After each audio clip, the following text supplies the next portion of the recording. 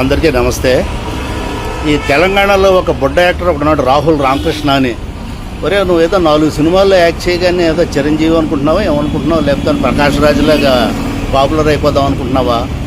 Right to information act ప్రకారం పలానా information ఇస్తావా అని పవన్ కళ్యాణ్ గారిని అడుగుతున్నావు కదా. రైట్ టు ఇన్ఫర్మేషన్ యాక్ట్ మినిస్టర్లు ఎవరు రా సన్నాసి? దానికి సంబంధించిన అడ్మినిస్ట్రేషన్లోని ప్రతి డిపార్ట్మెంట్కి కూడా public information officer, assistant public information officer వాళ్ళు కానీ ఇవ్వలేకపోతే అప్లెట్ అథారిటీ ఇవన్నీ ఉంటాయి.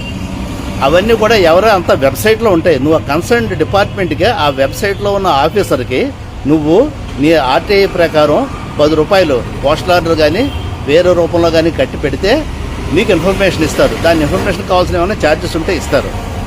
In the form of any floppy or CD or xerox ఇస్తారనమాట. నీ కోసం ప్రత్యేకంగా ఎస్ఐ రైటింగ్లా తయారు చేసి ఇవ్వరు.